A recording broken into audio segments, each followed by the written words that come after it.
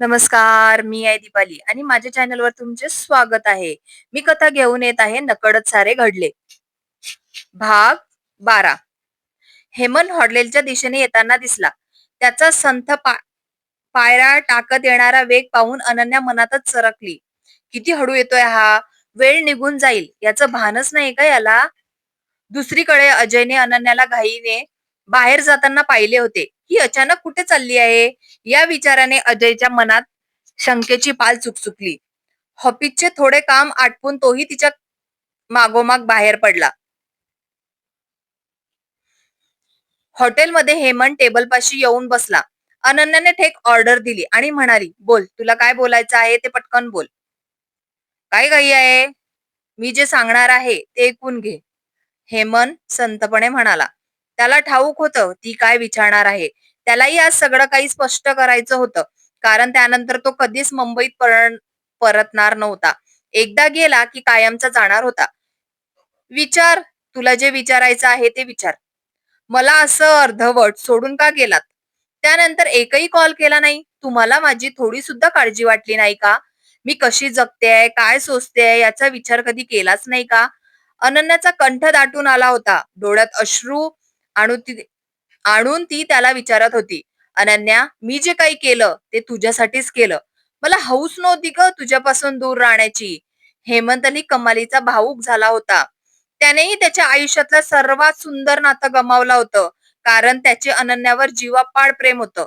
मग का गेला मला सोडून? तुमच्या जाण्यानंतर आईने मला किती त्रास दिला हे माझं मलाच ठाऊक. तुम्ही परत याल या आशेवर मी दिवस काढत होते, पण आईने मला घरातून हाकलून दिलं. मी कुठे जात होते, काय करत होते याचं मला काहीच भान नव्हते. शेवटी त्या दिवशी मी अजयच्या गाडी समोर आले आणि त्यांनी मला वाचवलं, म्हणून मी आज जिवंत आहे. अनन्या आपला भूतकाळ रिकामी केला. काय? हेमंतला हा मोठा धक्काच होता. ज्या अनन्याला त्रासातून वाचवण्यासाठी मी तिला सोडून गेलो, तिला माझ्या पश्चात इतका भयंकर त्रास सहन करावा लागला. या विचाराने तो सुन्न झाला. हो, आणि त्यांच्या मुलीमुळे, आदूमुळे मी आज या सगळ्यातून सावरत आहे. आता तरी सांगा, मला सोडून का गेलात? माझं काय चुकलं होतं का? अनन्याने विचारले. नाही ग, तुझं काहीच चुकलं नव्हतं. जे काही चुकलं ते माझंच. तुझ्या सारख्या गुणी मुलीशी लग्न करायची माझी लायकी नव्हती. हेमंत अपराधी भावनेने म्हणाला. हे काय बोलताय तुम्ही? हो अनन्या, माझ्या आईने तुला कधीच समजून घेतलं नाही. आज तर तिला स्वतःची मुलगी असती आणि तिच्यासोबत असं घडलं असतं तर? मला तुझा होणारा त्रास स्पष्ट दिसत होता. एकदा मी घरात माझी फाईल विसरलो म्हणून अचानक परत आलो, तेव्हा आई तुला खूप वाईट साईड बोलत होती. तू मात्र एकही शब्द उलटून बोलत नव्हती. मी ते सगळं ऐकलं, पण आई समोर माझी काहीच हिंमत झाली नाही ग. मी आईला बाळ दत्तक घेण्याबद्दलही बोललो होतो, पण तिने साफ नकार दिला. म्हणून मी तुझ्याशी या विषयावर कधीच बोलू शकलो नाही. तुझा रोजचा त्रास कमी व्हावा, तू सुखाने जगावीस, म्हणून मी स्वतःहून तुझ्या आयुष्यातून दूर निघून गेलो. मला तुला विश्वासात घ्यायचं पाहिजे होतं, पण माझ्यात ती हिंमतही नव्हती. माफ कर ग अनन्या, मी उद्याच पुण्याला चाललोय. कायमचा. हिम्मतचे हेमंतचे डोळे भरून आले होते. तो कायमचा तिच्या आयुष्यातून आणि शहरातून दूर चालला होता. अनन्याचे डोळे रडणे थांबवत नव्हते. जुन्या आठवणी, तिचे मन व्याकुळ झालं होतं. जाण्यापूर्वी, मला शेवटची एकदा मिठीत घेशील? हेमंतने खूप आशेने विचारलं. अनन्याने काही न बोलता फक्त होकारार्थी मान हलवली. हेमंतने तिला शेवटची घट्ट मिठी मारली आणि तो शांतपणे तिथून निघून गेला. पण दुर्दैवाने हा प्रसंग अजयने दुरून पाहिला होता. हेमंतने अनन्याला मिठीत घेतलं पाहून अजयचा राग अनावर झाला. त्या दोघांमध्ये काय बोलणं झालं, हेमंत का आला होता हे अजयला माहिती नव्हतं. त्याला फक्त ती मिठी दिसली होती. हेमंत गेल्यावर अनन्या तिथं शून्य होऊन बसली होती. तिने टेबलवर मागवलेले खाणे तसेच पडून होते. जेमतेम एक दोन घोट घास तिने घेतले असतील. हॉटेलचे बिल पे करून ती तिथून बाहेर पडली. या मानसिक मनस्थितीत ऑफिसमध्ये काम करणं तिच्यासाठी अशक्यच होतं. त्यामुळे ती तशीच थेट घरी निघून गेली. अजय ऑफिसमध्ये परतला खरा, पण त्याच्या डोका फार सटकलं होतं. मला मिठी मारायला ती 10 वेळा विचार करते आणि तो परका माणूस त्याच्या मिठीत ती एकदम सहज विसावली. या विचाराने त्याचा राग अग्नीसारखा भडकत होता.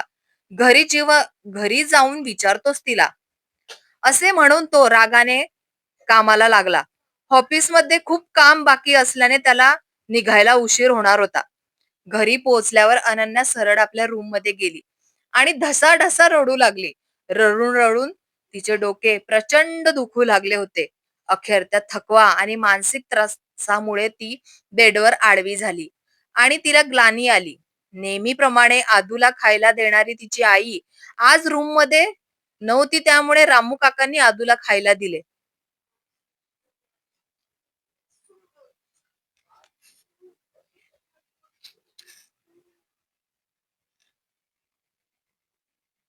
घरात सुलवात्या आज जरा शांतच होत्या. त्यांना कुठेतरी जाणीव झाली होती की घरातलं वातावरण काही ठीक नाहीये. तिकडे मालती काकू दिलीपरावांशी बोलायचा त्यांच्या रूम मध्ये गेल्या. अहो जरा ऐकता का, तुमच्याशी महत्वाचं बोलायचं होतं. मालती काकूंनी सुरुवात केली. अजय आणि अनन्याचे नाव निघताच दिलीपरावांनी कान टरकावले. त्यांचं काय झालं आता, सगळं चांगलं तर चाललंय?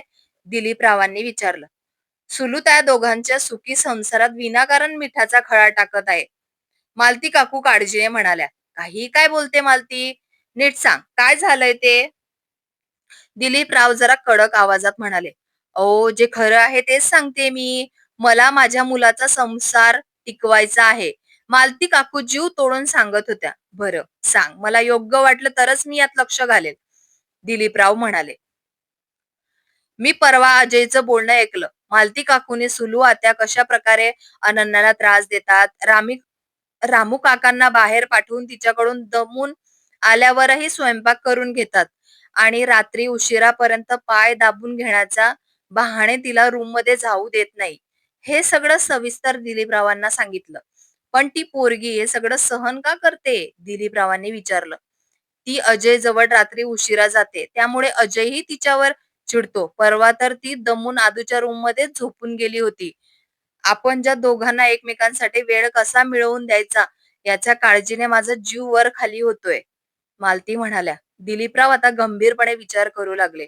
सुलूताई असं का वागत आहे, मला यावर लक्ष ठेवावंच लागेल.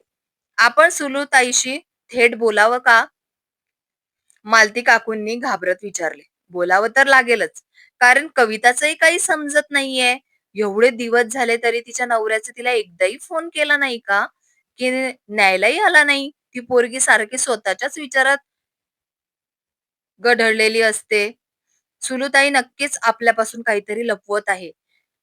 मी माझ्या मुलांच्या आयुष्यात काही चुकीचं घडू देणार नाही, दिलीपरावांनी ठामपणे सांगितलं. इतक्यात बाहेरून धावण्याचा आवाज आला. छोटी आदू धावत आजी आजोबांच्या रूम मध्ये आले. शाळेतून आल्यावर तिला समजले होते की तिची आई आज लवकर घरी आली आहे, त्यामुळे तिला खूप आनंद झाला होता. तिने रामू काकांकडून घाईघाईने खाऊन घेतलं आणि आईला भेटायला रूम मध्ये गेली. पण तिथे अनन्या झोपली होती. आदू दरवाजा लोटून बाहेर जाणार तितक्यात तिला अनन्याच्या तोंडून कसले तरी पुटपुटणे ऐकले आले. तिने जवळ जाऊन अनन्याचा हात लावला तर अनन्याचे शरीर तापाने फणफणले होते. ती तशीच धावत खाली आली. काय ग आदू, एवढी धावत का आलीस, काय झालं, मालती काकूने काळजीने विचारले. आजी, आईला बरं नाहीये, तिला खूप ताप आलाय आणि ती ग्लानीमध्ये काहीतरी बोलतेय, आदूने घाबरत सांगितलं. अहो चला लवकर बघा काय झालंय पोरीला, मी डॉक्टरांना कॉल करते, मालती काकू मग म्हणाल्या. तू डॉक्टरांना फोन कर, मी अजयला सांगतो, दिलीपराव म्हणाले आणि मालती काकूनी लगेच अजयला फोन करून घरी बोलवून घेतलं. डॉक्टर घरी आले आणि अजयला तपासू लागले. अनन्याला तपासू लागले. तितक्यात अजयही धापा टाकत रूम मध्ये आला. आई काय झालं तिला, डॉक्टर काय म्हणाले, अजयने काळजीपोटी प्रश्नाचा भाडीमार केला. अजय शांत बस जरा, डॉक्टर चेक करत आहे, बाहेर आल्यावर विचारू आपण, मालती काकूने त्याला शांत केले. अजय खूप टेन्शन आलं होतं. इतक्या महिन्यात अनन्या कधीच आजारी पडली नव्हती. मग अचानक काय झाले. थोड्या वेळाने डॉक्टर बाहेर आले. अजय धावतच त्यांच्याकडे गेला. काय झालं डॉक्टर, तिला मानसिक ताण खूप जास्त आहे. कदाचित कामाचा ताण आणि थकल्यामुळे तिची तब्येत बिघडली आहे. तिला सध्या आरामाची अत्यंत गरज आहे. तिला शांतपणे झोपू द्या. ती उठली की काहीतरी हलकं खायला द्या. मी औषध लिहून देतो, ती घेऊन या, डॉक्टर म्हणाले. तिथे कविताही आली होती, पण सुलू आत्या मात्र अजूनही आल्या नव्हत्या. हे दिलीपरावांच्या लक्षात आले आणि मालतीचे म्हणणे अगदी बरोबर आहे, याची त्यांना खात्री पटली. अजय लगेच बाहेर जाऊन गोळ्या घेऊन आला. रूम मध्ये येऊन तो आई बाबांना म्हणाला, तुम्ही आता तुमच्या रूम मध्ये जा. मी आहे तिच्या जवळ. मी बघतो तिला. आदू तिथेच थांबण्याचा हट्ट करत होती. पण मालती काकूंनी तिला जाऊन घेऊन गेल्या, जेणेकरून अजय आणि अनन्याला थोडा एकांत मिळावा. अजय अनन्याच्या बाजूला येऊन बसला. सकाळी तर चांगली होती ही, मग अचानक असा ताप कसा भरला? तो हेमंत बद्दलचा राग क्षणभर विसरून गेला होता आणि आता त्याला फक्त अनन्याची काळजी वाटत होती. तेवढ्यात अनन्या ग्लानीमध्ये थरथरत्या होटांनी पुटपुटली, मला सोडून जाऊ नका प्लीज, मला सोडून जाऊ नका. ती पुटपुटत शब्दात बोलत होती आणि अचानक तिच्या होटातून शब्द बाहेर पडले, माझे अजयवर प्रेम आहे. अजयने तिचे बोलणे ऐकण्यासाठी आपले कान तिच्या होठाजवळ नेले. तिचे हे शेवटचं वाक्य ऐकताच अजय जणू हवेतच तरंगू लागला. त्याचे हृदय आनंदाने थुई नाचू लागले. ही माझ्यावर प्रेम करायला लागली आहे. अजयचा संपूर्ण रात एका सेकंदात विरघडला. त्याने मनोमन ठरवले, आता ती बरी झाली की तिला खूप सुंदर सरप्राईज देणार. अनन्या उठ बाळ, थोडं उठ. अजयने तिला हळूच हाक मारली. अनन्या झोपेतून दचकून उठलायला गेली तर तिला चक्कर आल्यासारखं गरगरले. अजयने तिला आपल्या मजबूत मिठीत सावरले घेतले. बरं वाटतं का? खूप ताप आहे का तुला? त्याने अत्यंत मायेने विचारले. तिने डोळे मिटून क्षीण आवाजात उत्तर दिले, थोडं जेवून घे, मी रामू काकांकडून जेवायला ताट मागवून घेतो.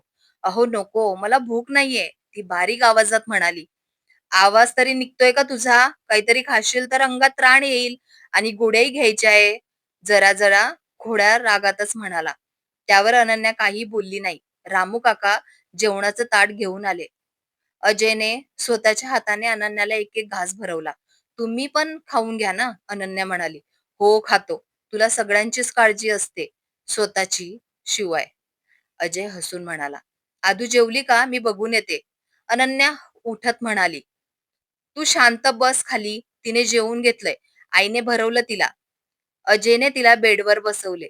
त्यानंतर अजयनेही जेवण केले. रात्री घरातील सर्वजण एक एक करून अनन्याची चौकशी करायला रूम मध्ये येऊन गेले. आदूने आईजवळ झोपायचा हट्ट धरला. आदू बाळ, आईला बरं नाहीये, तिचा ताप तुला लागेल ना, म्हणून आज तू आजीजवळ झोप, अजय म्हणाला आणि त्याने मालती काकूला आवाज दिला.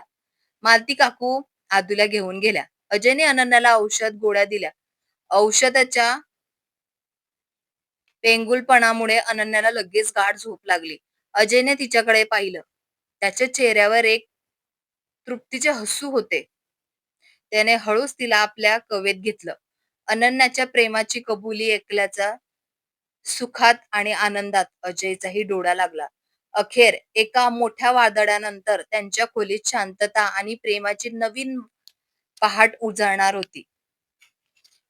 तुम्हाला कथा कशी वाटत आहे? आवडत आहे का? आवडली असेल तर लाईक करा, कमेंट करा. पुढील भाग ऐकायचा असेल तर सबस्क्राईब करा. मला सपोर्ट करा. धन्यवाद.